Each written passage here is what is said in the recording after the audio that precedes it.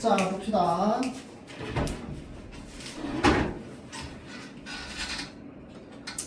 이제 7번 문제입니다. 7번 지문. 이것도 여러분들 그 비문학 지문 같은 거 읽다 보면 되게 자주 나오는 사람들과 이름들이죠. 자, 할게요. 자, 북송시대는 실천적 학문이었던 유학이 존재의 본질을 탐구하는 철학으로 거듭난 시기였대요. 자, 북송 초기에는 불교와 도교가 형이상학을 주도하였는데 북송 중기에 등장한 유학자들은 유교 고전을 기반으로 형이상학적 기반을 다졌고 그 흐름은 후대의 성리학이라는 이름으로 체계화되었다라고 해서 자, 이 유학자들이 유교 고전을 바탕으로 뭘 정리했는데? 성리학을 정리했다는 거야. 그래서 이렇게 정리된 이 성리학, 이 유교가 역사적으로 봤을 때 우리나라로 들어오게 되면서 고려로 들어오게 되면서 어떤 문학이 활발하게 이제 생겨난 거야. 시조라고 하는 문학이 이제 활발하게 생겨나게 된 거지. 그렇죠? 자, 그래서 북송 중기의 흐름을 대표하는 학자로서는 자, 장제와 정의를 꼽을 수 있답니다.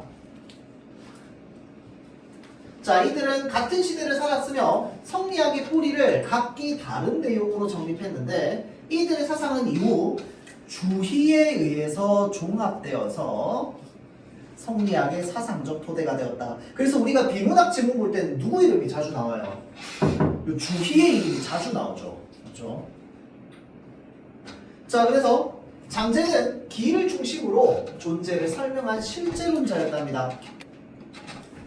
그에 따르면 기는 단순히 물질적 요소가 아니라 기는 우주의 근원이자 존재의 근원이며 이는 기와 분리된 독립적 실체가 아니라 기 안에 내재하며 그 작용 속에서 드러나는 질서의 원리라는 거야. 그럼 그게 무슨 말이야? 이 장제는요, 기라고 하는 게 있으면 기 안에 내재해 있는 게 뭐야? 이야. 그래서 이 이는 기의 원리로서 드러나는 거지. 원리로서. 근원적인 원리로서. 자, 그래서 그는 우주를 단순히 배경이나 공간이 아니라 우주를 뭘로 봤다? 기로 충만한 실체라고 봤답니다. 이 우주는 스스로 끊임없이 변화하고 생성하는 역동적 과정을 통해서 만물을 낳고 기르는 작용을 멈추지 않는데 이러한 자생적 생성과 성장의 운동을 장제는 화육이라고 칭했답니다. 자, 그래서 자, 우주는요, 생각해봐. 끊임없이 변화하고 생성하는 역동적 과정으로 어떻게 하는데? 만물을 낳고 기른다는 거야. 그러니까 이 세상에 있는 모든 물체들, 생물들이 다 어떻게 했다고? 우주가 낳고 길렀다고. 그래서 그거를 뭐라고 얘기했다고? 낳고 기른다. 한자로 뭔데? 화육. 화는요, 변화시킨다는 말이고요. 생겨나게 하는 작용이고요. 육은요, 기를 육자죠. 교육하다 할 때 육자. 한자 보면. 자, 그래서 육은 그것을 기르고 성숙하게 하는 작용이라는 거죠. 그래서 장제는 모든 존재는 화육의 산물이며 인간은 이러한 우주의 작용이 최고도로 응축된 결과라고 봤답니다. 인간은 이러한 우주의 작용이 최고도로 응축된 게 인간이야. 그래서 여기서 말하는 이 우주의 작용이 아까 뭐야? 화육이라는 거죠.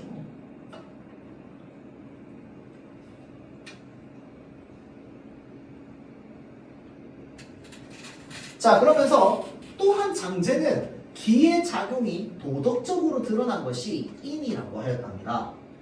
인은 존재를 존재하게 하고 살게 하는 근원적인 성질로서 인간은 인의 본성을 가장 충만하게 타고난 존재이며 이 본성이 도덕의 근간이 된다고 보았대요.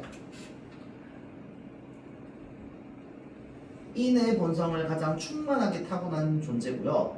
이게 바로 뭐가 된다? 도덕의 근간이 된다는 거야.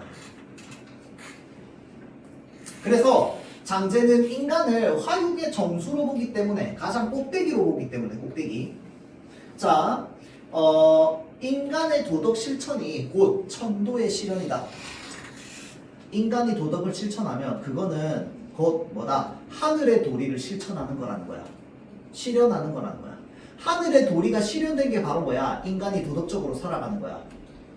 그래서 천일합일, 하늘이랑 인간이 서로 합일되어 있는 존재다 라고 여기는 거죠. 그래서 천인합일의 관점을 강조하였답니다. 그는 도덕의 실천을 통해서 인간이 우주와 합일할 수 있다고 보았으며, 이게 똑같은 말이죠. 위의 말이랑 똑같은 말이야. 자, 도덕은 인의 반현이자 우주의 질서를 구현하는 길이다. 이것도 똑같은 말이야. 지금 한 줄, 두 줄, 세 줄이 똑같은 말입니다. 자, 그래서 인간의 도덕적 행위는 곧 우주의 질서를 완성하는 행위라고 본 것이에요. 결국 장제에게 기는 우주를 이루는 근본이자 인간의 삶과 도덕이 비롯되는 바탕이고, 이는 그 기의 작용이 질서 있게 드러나는 내재적 원리라고 이야기를 하는 거죠. 이는 뭐다? 기가 드러나는 내재적 원리다. 그래서 기라는 바깥이 있고 그 안에 이가 있다고 보는 거죠. 그게 지금 장제의 의견이고요. 자, 다음 정의의 의견 볼게요. 이게 사실 지금 한 세 줄, 네 줄이 그냥 다 똑같은 말 반복하고 있는 거야. 자, 다음 정의는 이가 인간을 비롯한 만물의 본질이라고 봤답니다. 이를 뭘로 봤느냐? 만물의 본질로 봤어요.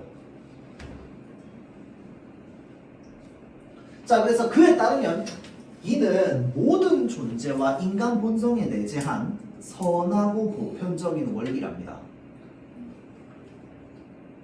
그래서 만물이 지닌 속성이나 인간의 덕목을 가리키는 게 아니라, 이 말 왜 하는데? 인간의 덕목을 가리키는 것이 아까 뭐였어? 장제의 의견이었죠. 그러니까 정의는 장제가 얘기했던 이 이라고 하는 게 인간의 덕목이 아니고 도덕이 아니고 인간의 도덕이 아니고 존재, 본질이라는 거야. 이라고 하는 건.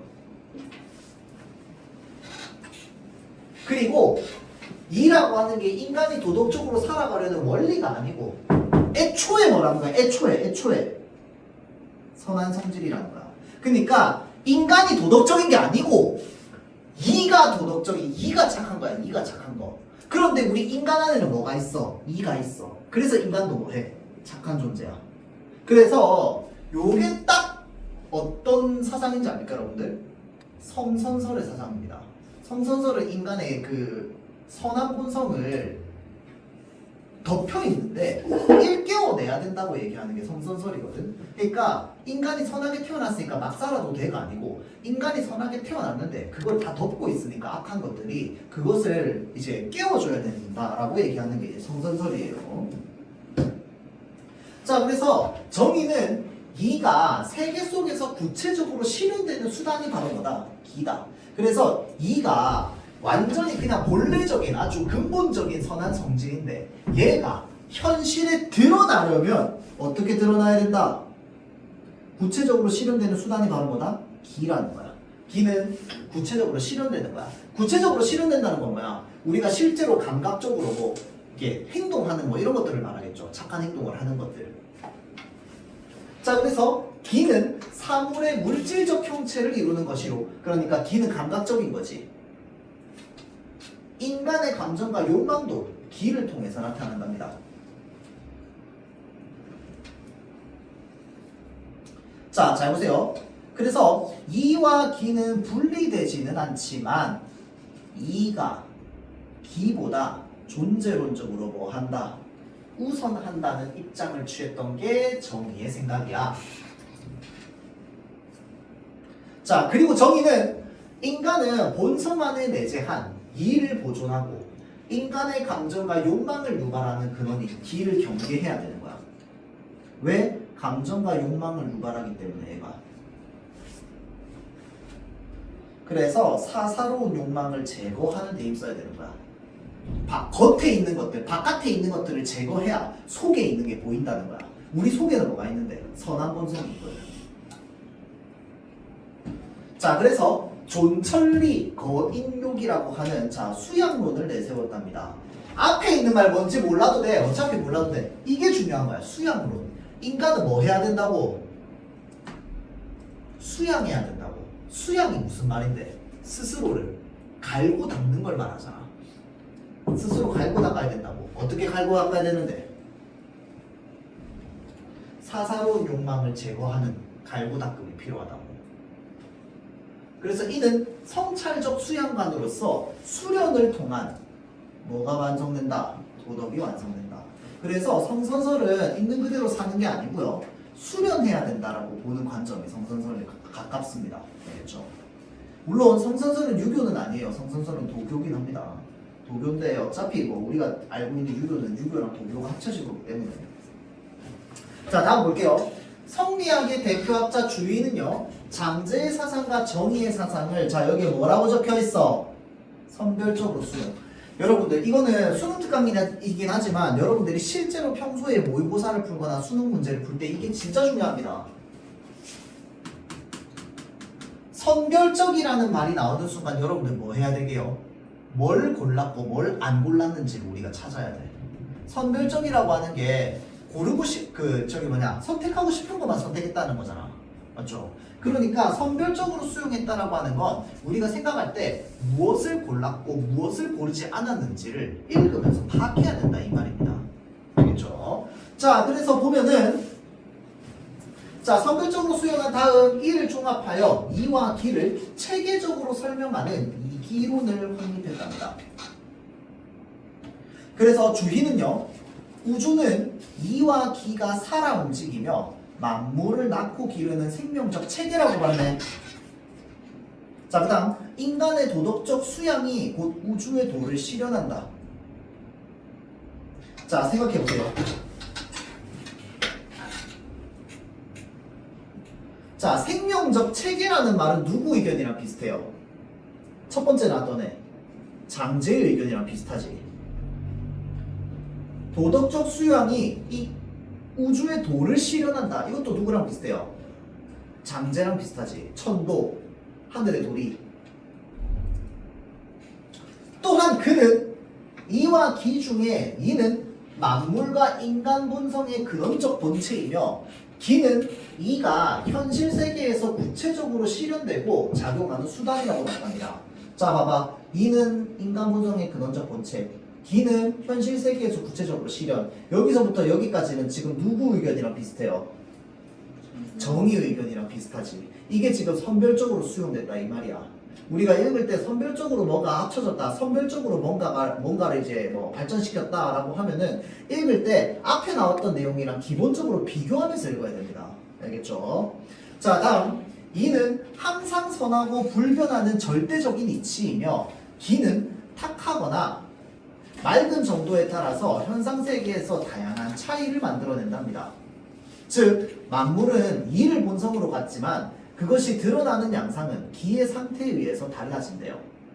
자, 그래서 인간도 마찬가지여서 본래의 이는 선하더라도 기가 탁하면 성정과 기질에 편차가 생기고 감정과 욕망이 치우쳐서 도덕적 결함이 발생할 수 있다는 것입니다. 자, 그래서 이러한 관점에서 주의는 인간이 도덕적 존재로 완성되기 위해서는 무엇보다 여기에 뭐라고 적혀 있어? 마음을 다스려 이를 밝히는 것이 중요하다. 마음을 다스려 얘를 두 글자로 뭐라고 얘기할 건데? 공주는 뭐라고 얘기할 거야? 수양. 그렇지, 수양. 저 위에서부터 이 마지막 페이지 요 네 줄이 전부 누구 의견이랑 비슷한 거야? 정의의 의견이랑 비슷한 겁니다.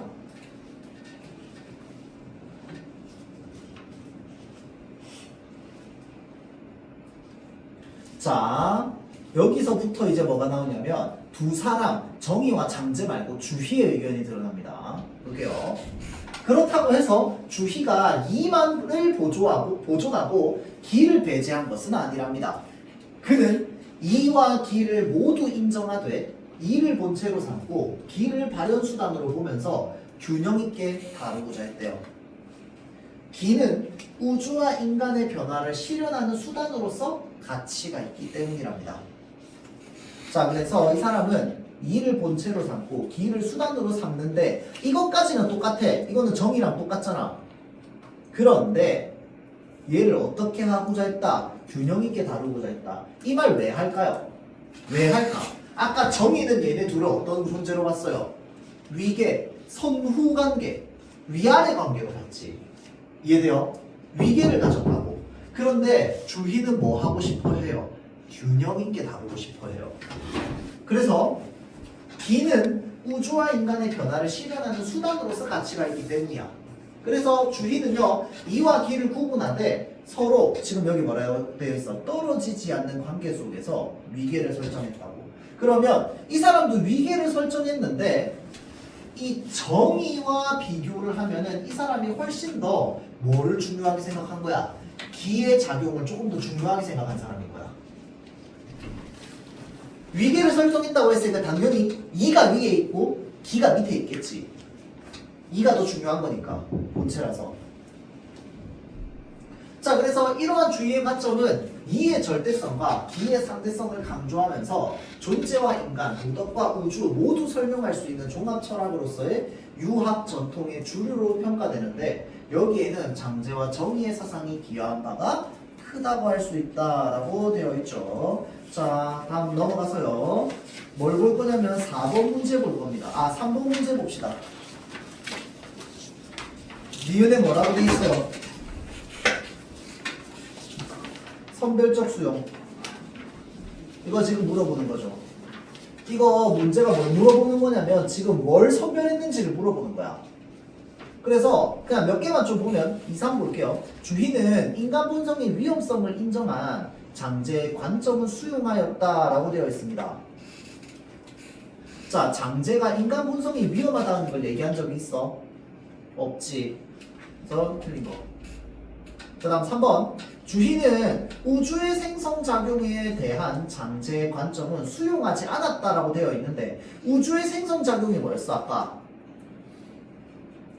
낳고 기름이었잖아. 근데 주희의 의견 중에 낳고 기른다라는 말 있어 없어? 만물을 생성한다라는 말 있단 말이야. 낳고 기른다라는 거랑 그 다음에 만물을 생성한다라는 말이랑 다 똑같은 말인데 주희의 철학에 만물을 생성한다라는 말이 있다고. 자, 그렇기 때문에 수용하지 않았다가 아니라 어떻게 해야 돼?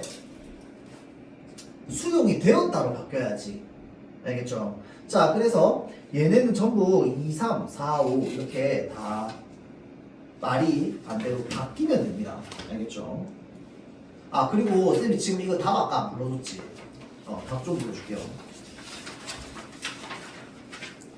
자, 1번에 3번이고요. 자, 다음 2번에 2번이고요. 3번에 1번. 그리고 4번에 3번. 5번에 3번. 이렇게 됩니다. 자, 다음 4번 볼게요. 자, 갑이 하는 얘기를 쭉 볼 때 자, 인간의 도덕의 단서가 되는 사단과 인간이 느끼는 기쁨, 노여움 등의 칠정이 본질적으로 다른 것은 아니랍니다. 그래서 이게 이제 사단 칠정이라고 하죠. 혹시 저기 뭔가 윤리와 사상 했니? 2학기 때 해요. 2학기 때 이거 하겠네요. 여기 있는 내용 그대로 배웁니다. 그리고 아마 이것 때문에 머리 터질 거예요. 그렇죠. 이황과 이의 철학의 차이를 구분해야 되거든. 자, 그래서 4단과 7정이라고 하면은 4단에 있는 내용이 뭐냐면 이거 좀 알아두세요. 여러분들 자주 나오니까 4단은 인간 본성을 말합니다. 인간 본성.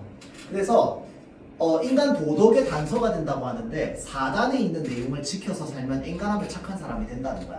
4단에 있는 내용 중에 여러분들 아는 것도 있어요. 측은지심이라는 말 들어봤어? 측은지심. 측은지심이 요 4단의 내용 중에 하나입니다. 측은지심이라고 하는 건 측은 불쌍한 대상을 보면서 불쌍하다고 여기는 마음을 측은지심이라고 해요. 그 다음에 시비지심이라고 하면 시비는 옳고 그름이죠. 그래서 옳고 그름을 따지는 마음을 시비지심이라고 하고요. 그 다음에 수우라고 하면은 부끄러움을 뜻하는데 부끄러운 상황에서 내가 잘못을 한 상황에서 부끄러움을 느낄 줄 아는 마음을 수오지심이라고 하고요. 몰라도 돼요. 그것까지 몰라도 되고. 자, 그 다음에 사양지심이라고 해서 양은 양보를 뜻하는데 양이 이제 겸손이죠. 겸손할 줄 아는 마음을 사양지심이라고 합니다. 그래서 이 네 개가 인간 도덕의 단서가 되고요. 7점은요. 7가지 감정을 뜻합니다. 희노애구 애오욕이라고 하거든요. 이 희노애구 애오욕에서 나온 말이 우리가 이제 보통 인생의 희노애락 그러면서 희노애락이라고 하잖아.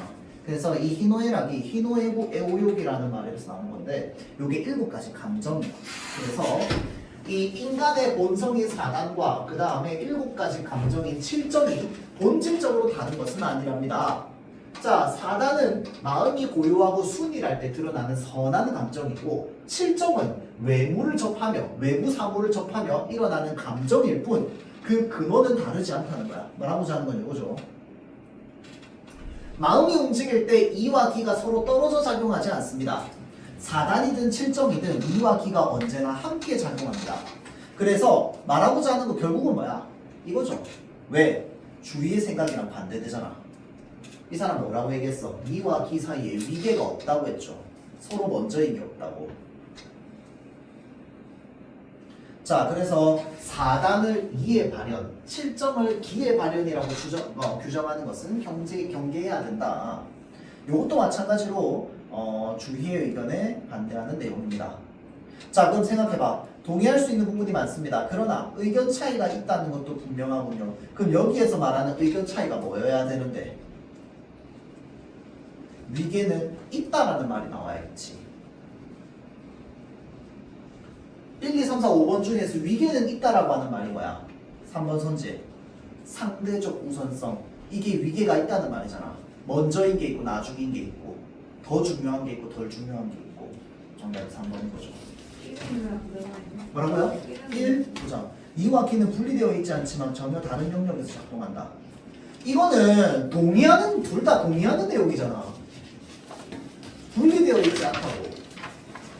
따로따로 작동하는 것으로 오해할 수 있다는 건 따로따로 작동 안 한다는 사람. 그렇지, 따로따로 작동은 안 하지. 근데 그 키는 이와 기는 분리되어 있지 않다고 말했었고 그래서 다른 영역에서 작동한다고 말했어. 맞아. 이게 지금 이 주희가 했던 말이야. 근데 그게 지금 여기 있는 말을 반박해야 될 거 아니야. 여기서 말하는 거에 반박이냐고. 네, 따로따로 작동하는 것으로 오해할 수 있으니까 같이 작동한다. 같이 작동하는 거랑 지금 저기 같은 영역에서 다 작동한다라는 말이랑 다른 말이지. 그래서 이거는 갑이랑 을이 지금 얘랑 얘가 둘 다 동의하는 내용으로 봐야 되는 거 아니야? 이와 기는 분리되어 있지 않지만 전혀 다른 영역에서 작동한다. 지금 여기서도 봅시다. 지금 떨어져 작용하지 않는다. 언제나 함께 작동한다. 라고 돼 있잖아. 근데 그게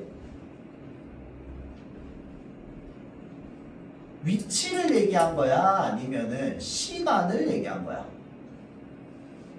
함께 작동한다라는 건 같은 순간에 작용한다는 거 아니야?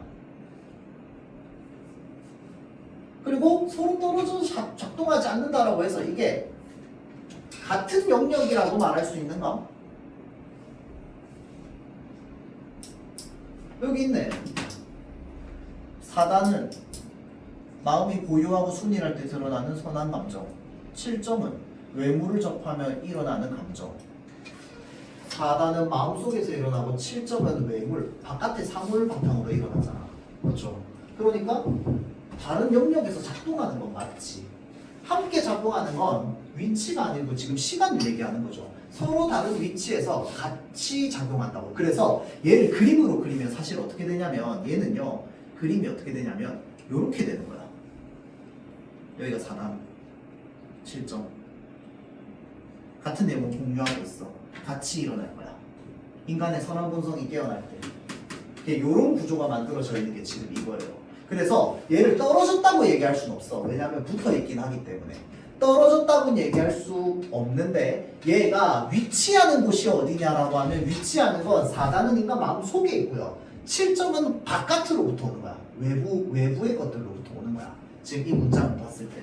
그랬을 때 전혀 다른 영역에서 작동한다라고 하면은 이거는 지금 주희 그 다음에 각 둘 다 동의할 수 있는 내용입니다. 알겠죠? 그래서 1번은 답이 안 돼요. 자, 다음 넘어가서요. 83페이지 봅시다. 요 아마 갑에서 주장하고 있는 내용이 내가 알기로 저기 율곡이가 주장하고 있는 내용이었을 겁니다. 자, 그 다음에 요거는 이제 기호학인데 요것도 좀 재밌습니다. 좀 빠르게 볼게요, 여러분들. 그렇게까지 낯선 내용이 아니라서 현대 우리 시대를 살고 있으면 다 이해할 수 있는 내용이라서 볼게요. 프랑스의 기호학자이자 문예 비평가인 롤랑 바르트는 대중매체의 이미지와 텍스트가 단순한 오락이나 소비의 대상이 아니라 특정 사회 문화적 의미를 담고 있으며 그 수용 과정에서 특정 이념이 대중에게 자연스럽게 받아들여진다고 봤대요. 자, 그러니까 우리가 보고 있는 대중매체의 이미지와 텍스트가 있어. 얘가요, 뭘 담고 있냐면 특정 사회 문화적 의미를 담고 있고요. 그 다음 특정 이념이 대중에게 자연스럽게 받아들여지는 거야. 이 의미를 바탕으로. 그래서 이러한 현상을 현대 신화라고 명명하고 일상 속 기호에 숨어있는 이념과 권력의 작동 방식을 분석하고자 했답니다. 자, 두 번째 문단 빠르게 볼게요. 바르트는 소시르의 이론을 분석 도구로 활용했대요. 소시르는 언어를 기호로 보았고, 자, 그래서 여기서 기호가 무엇인지는 이 문단을 다 읽고 쌤이 얘기해 줄게요. 이거를 기호학이라고 하거든. 자, 기호라고 봤고, 기호는 음성이나 문자 등 감각적으로 지각 가능한 형태인 기표와 그것을 가리키는 개념적 내용이 기의라고 하는 두 가지 요소로, 기표와 기의 두 가지 요소로 이루어진다고 보았대요. 예를 들어 나무라고 하는 말은 말소리 혹은 문자 형태로 주어지는 기표와 그 다음 줄기와 가지를 가진 목질식물이라는 기의가 결합한 하나의 기호가 됩니다. 그래서 소시르는 이러한 기호의 구조에서 기표와 기의 사이의 관계가 본질적으로 자의적이라는 점을 강조했대요. 즉 특정 기표가 반드시 특정 기회를 가리켜야 할 필요성은 없으며 다만 사회적 약속과 관습에 의해서 그렇게 기능하고 있을 뿐이라는 것입니다. 자, 이게 잠깐만 너네 기표 기의 했잖아. 알겠네. 그러면 넘어갈게요. 그러면 자, 그러면 요거만 봅시다. 여러분들 기표는 껍데기였고 기의는 의미였잖아. 기억나죠? 자, 그래서 기표는 껍데기, 기의는 의미인데 얘네들이 서로 자의적이라고 하는 게 혹시 무슨 말인지 압니까? 자의적이다. 자의적이라고 하는 게 뭐야? 얘네들이 서로 자의적이다. 서로 자의적이다. 이거 여러분들 저기 중학교 1학년 그 국어 교과서 이것도 내가 그때 얘기했나? 자의적이다. 이게 자의적이라고 하는 게 뭐야? 이 기표랑 이 교의가 꼭 서로 착 달라붙어 있을 필요는 없다는 말이야. 맞죠? 내가 지금 얘기를 하다 보니까 지금 작년에 얘기했던 게 자꾸 생각이 나는데. 자, 본질적으로 자의적이라고 하는 건 뭐냐면 우리는 지금 줄기와 가지를 가진 목질식물이라고 하는 기의에 대해서 우리나라에서 나무라고 얘기하잖아. 영어권에서 뭐라고 얘기하는데? 트리라고 얘기한단 말이야. 그러면 우리나라에서는 기표가 나무인데 영어권에서 기표가 트리가 되는 거야. 이 뜻이, 이 기의가 얘랑 꼭 붙어 있을 필요 있어? 없다는 거야. 다른 문화권으로 넘어가면 또 다른 기표로 바뀌는 거야. 그래서 기의랑 기표는 기본적으로 꼭 서로 붙어 있는 존재가 아니라 따로 떨어져 있어도 상관없는 존재라는 거야. 그러면 이 목질식물을 보고 나무라고 부르는 이유는 뭔데? 그냥 우연의 일치라는 거야. 이 기호학에서 얘기하는 건 그냥 얘네들이 서로 만나 있는 건 그냥 우연의 일치라고 보는 겁니다. 알겠죠? 자, 다음 넘어가서요. 바르트는 우리가 일상에서 마주하는 이미지나 텍스트 역시 언어와 마찬가지로 기호로 볼 수 있다고 했습니다. 자, 그래서 그는 단일한 의미를 전달하는 기호를 1차 기호 체계라고 봤고요. 그러면 여러분들 이것도 다 이해되겠네. 저기 우리 광고나 대중매체에서 보는 이미지나 텍스트 이런 것도 전부 기호로 작용할 수 있다는 거. 그게 여러분들 풀었던 문제 시험범위에 들어갔던 지문 중에 그거 아니야. 보기에 그거 있었잖아. 젊은이들이 찢어진 청바지를 입고 다니고 그 다음에 문신 같은 걸 하고 이런 것들이 전부 뭐야? 대중매체나 또는 이런 것들 문화를 통해서 드러나는 기호였잖아. 맞죠? 자, 그래서 단일한 의미를 전달하는 기호를요 1차 기호 체계라고 부릅니다. 그리고 1차 기호 체계는 사회적 역사적 맥락과 결합함으로써 또 다른 층위의 의미를 생성하고요. 그렇게 기존의 기호가 다시 하나의 기표처럼 작용하고 거기에 새로운 기호가 덧붙여져서 새로운 의미를 형성하면 걔를 뭐라고 부르는 거야? 2차 기호 체계라고 불렀다는 거야. 이게 그때 내가 뭐라고 얘기한 거랑 똑같았어요. 그때 이제 명품 가방을 이제 예시로 들었던 것 같은데 명품 가방을 기준으로 보면 명품 가방이라고 하는 것 자체 그 자체 그러니까 뭐 예를 들어서 에르메스의 가방이다. 그럼 에르메스의 가방이 실제로 여기 있으면 걔는 그냥 진짜 가방이잖아. 맞죠? 그러면 가방이라고 하는 것 그리고 이름을 에르메스 가방이라고 붙였으면 얘는 그냥 1차 기호 체계인 거야. 그런데 얘를 들고 다니는 사람을 보고 저 사람은 성공한 사람이라고 부르면 그게 바로 뭐야? 2차 기호 체계라는 거야. 새로운 의미가 덧붙여졌으니까. 실제로 있는 이 에르메스 가방에는 성공한 사람이라고 하는 메시지가 전혀 없어. 근데 대중매체 광고나 이런 데서 드라마에서 영화에서 그런 거를 은연중에 내보인다면 그거는 2차 기호 체계가 만들어진 건 거야. 맞죠? 자, 그래서 그 2차 기호 체계를 뭐라고 봤다고? 현대 신화라고 봤다고. 그래서 현대 신화는 원래 의미의 사회적 이념적 함의가 더 씌워져서 형성된 것이지만 그것은 사람들에게 마치 자연스러운 사실처럼 받아들여진다는 거야. 이게 왜 그러냐면 단순히 허구를 만들어내는 게 아니라 일정 부분 현실에 기반하기 때문에 그런 거야. 왜? 일정 부분 현실에 기반한다는 게 사실 에르메스 가방은 아무나 못 사잖아. 맞지? 아무나 못 사기 때문에 그렇지 진짜 사실이지 라고 우리한테 느껴지게 하지만 실제로는 그러면 이 가방 자체가 성공한 사람이라는 의미를 가지고 있는 게 맞냐고? 아니란 말이야. 대중매체를 통해서 만들어진 이미지란 말이야. 그런데 일정 부분 현실에 가깝게 내 아무도 못 사니까. 맞죠? 그러니까 우리한테 뭐처럼 느껴지는 거야? 자연스러운 사실처럼 느껴지는 거야. 맞죠? 자, 그래서 현대 신화는 현실을 특정한 관점에서 선택하고 재구성한 의미를 마치 그래서 객관적이고 보편적인 진실인 것처럼 제시하죠. 일정 부분 현실에 기반하고 있으니까 우리한테 뭔가 진실인 것처럼 느껴진단 말이야. 그래서 바르트는 이를 뭐라고 불렀느냐? 자연화라고 불렀습니다. 그래서 이는 인위적으로 구성된 의미가 그 구성 과정을 감춘 채 스스로를 순수하고 중립적인 것처럼 드러내고 있는 거야. 아닌데 그 가방은 진짜 성공한 사람들이 매는 게 맞는데? 라고 하는 순수하고 중립적인 것 같은 모습으로 드러내는 거지. 사실은 그게 2차 기호 체계가 숨어 있는 건데 아닌 척 있는 거죠. 그래서 이때 현대 신화는 이념을 더욱 공고히 하여 수용자가 그것을 사회적 구성물로 인식하지 못하도록 만드는 거죠. 그러니까 성공한 사람이라고 하는 이 태그는 사실은 사회적 구성물인데 그렇게 인식하지 못하도록 만드는 거야. 그냥 그 가방일 뿐인 건데. 그래서 전통적 선전처럼 강제적으로 이념을 주입하는 것이 아니라 일상적 기호를 통해서 그러니까 광고나 TV 매체나 이런 데서 반복적으로 보여주는 거야. 그냥 꼭 성공한 사람이라는 말을 굳이 입 밖으로 하지 않더라도 계속 반복적으로 노출해주면서 더욱 효과적으로 이념을 전파하게 되는 거죠. 그래서 이를 설명하기 위해 바르트는 프랑스의 한 잡지 표지를 예로 들었답니다. 이 표지에는 프랑스 국기를 향해 거수경례를 하는 흑인 군인의 사진이 실려 있었는데요. 이 기호 전체가 2차 기호 체계에서는 하나의 기표로 작용하고 여기에 프랑스는 어떤 이미지가 붙어? 인종차별 없는 관대한 국가라고 하는 2차 기호 체계. 새로운 의미가 붙는 거죠. 사실 그건 사진인데 이 의미는 은연중에 생기는 거야. 자연스럽게. 이렇게 표지 이미지는 프랑스의 다문화 포용성, 흑인의 국가 충성심, 그 다음에 프랑스의 정의로움을 암묵적으로 전달하는 신화가 되는 거죠. 사실은 사진이지만 정교한 연출과 반복적인 노출을 통해서 이미지가 전달하는 사회적 이념적 의미는 독자에게 마치 원래부터 당연한 거. 프랑스는 원래 그랬지. 사실 아니면서. 그렇죠. 자, 그래서 당연한 사실처럼 수용이 된다는 거죠. 바르트는 대중매체를 통해 현대 신화가 사람들에게 무비판적으로 수용되는 구조에 주목했고요.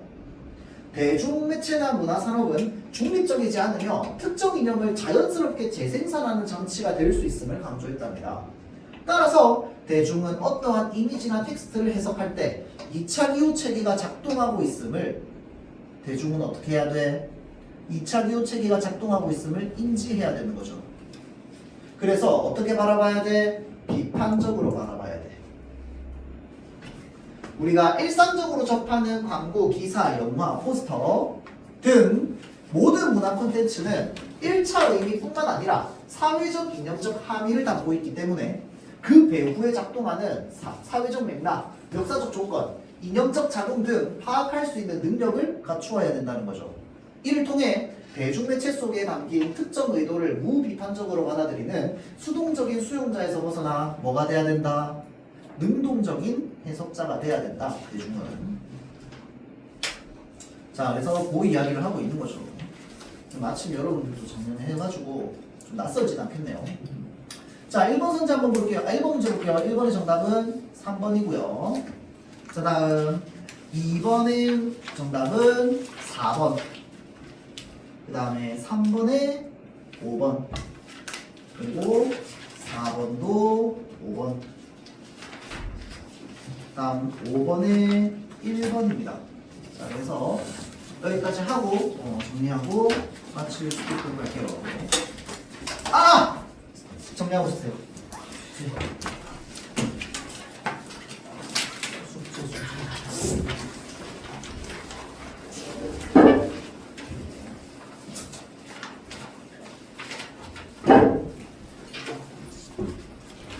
자, 인문 사회는 일단은 여기까지 하고요. 원래 한 13위가까지 있는데 보통 이제 시험 들어가면 앞부분 뭐 인문 1, 2, 3, 4, 사회 1, 2, 3, 4, 과학 1, 2, 3, 4 이런 식으로 시험 이제 중간고사, 기말고사 만들어지거든요.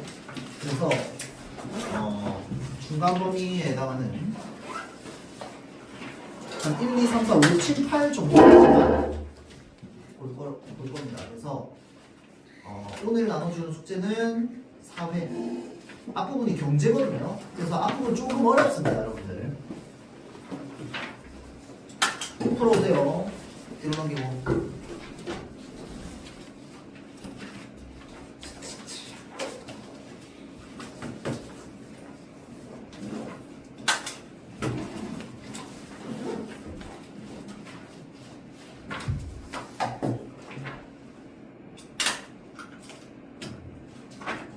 둘.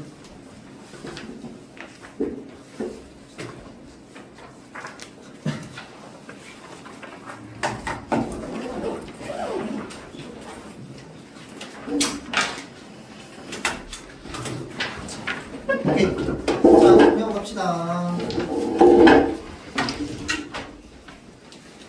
고생했어요.